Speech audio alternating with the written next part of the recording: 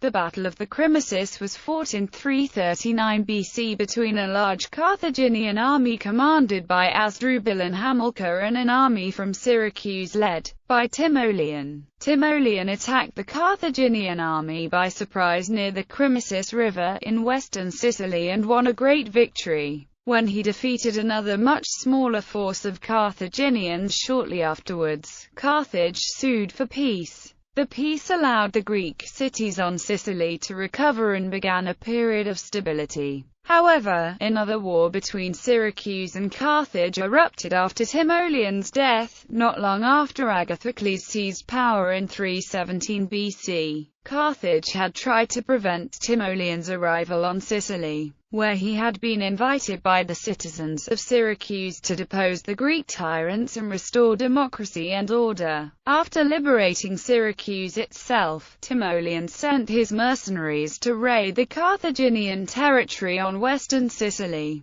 Carthage had already gathered a large army, which was moving towards Syracuse in response to the raids. Vastly outnumbered, Timoleon attacked the Carthaginian army while it was crossing the Crimissus River. The Carthaginians fiercely resisted the initial assault, but a storm which started during the battle worked to the advantage of the Greeks. When the first rank of the Carthaginian army was defeated, the whole army was routed. The Greeks killed or captured many of those who fled, and Carthage lost a large number of its wealthiest citizens in the battle. Background: because the citizens of Syracuse suffered from political upheaval and civil war under the regime of Dionysius II, they appealed to Corinth to send them a general to depose the tyrants and administer their city. The Corinthian Senate chose to send Timoleon. In 359 8th BC, Dionysius II had made peace with Carthage.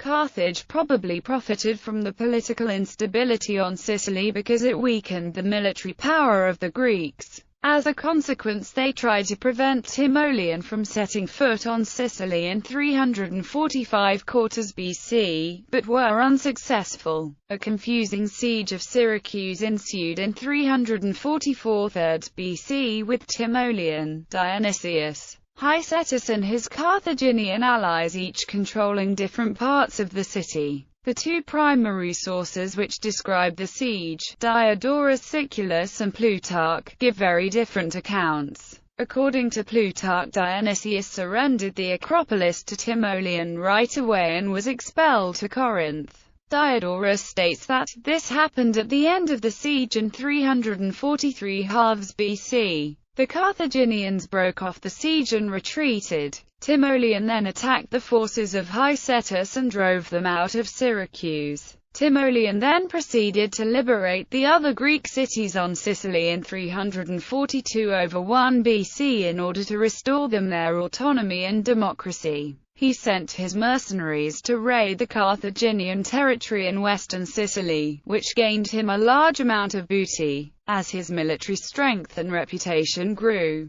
all the other Sicilian Greek cities submitted to him voluntarily because of his policy of restoring autonomy to them. He was approached by many other cities under the control of Carthage, including those of the Sicels and the Sicanians, who wished to become his allies. Prelude: the Carthaginians were alarmed by Timoleon's success and shipped a large army to Lilybaeum. According to Plutarch, it numbered 70,000 men and included siege engines and chariots with 4 horses each. Their army was large enough to conquer Sicily in its entirety, even with the Greeks united under Timoleon. When they received news that their territory was being raided by Timoleon's mercenaries, they marched against him immediately under the command of Hasdrubal and Hamilcar. When the Syracusans heard about the coming of the huge Carthaginian army, they were terrified. Timoleon could gather no more than 3,000 of them to march against the Carthaginians. While on the march, 1,000 of Timoleon's 4,000 mercenaries deserted him and returned to Syracuse. His army now numbered 5,000 foot and 1,000 horse.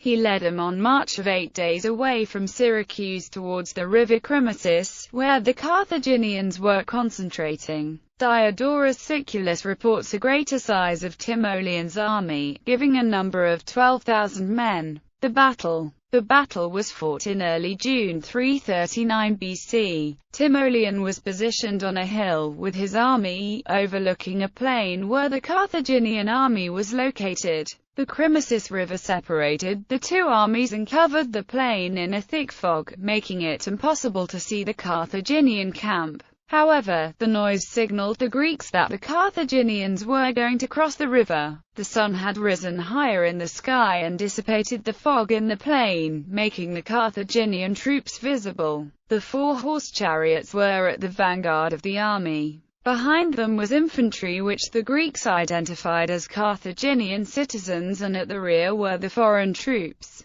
Timoleon noticed the army was separated by the river, giving him a good opportunity to attack. He decided to send the cavalry ahead to prevent the Carthaginian citizen infantry from forming their phalanx. Timoleon then commanded his army to descend into the plain. He assigned the other Sicilian Greeks and a few of his mercenaries to his wings. He commanded the center, which was composed of the Syracusans and his best mercenaries. He saw that his cavalry could not attack the enemy infantry because of the chariots. He ordered his cavalry to ride past the line of chariots to attack the infantry on the flank. He then charged the enemy with the infantry. The Carthaginian citizen infantry resisted the Greeks sturdily, however, thanks to their excellent armor and large shields. Fortunately for the Greeks, a thunderstorm rose up behind them and started a shower of hail and rain. The storm hit the Greeks in the back, but the Carthaginians in the face. The storm put them at a severe disadvantage. The water and mud made them ineffective fighters because of their heavy armor. To make things worse for the Carthaginians,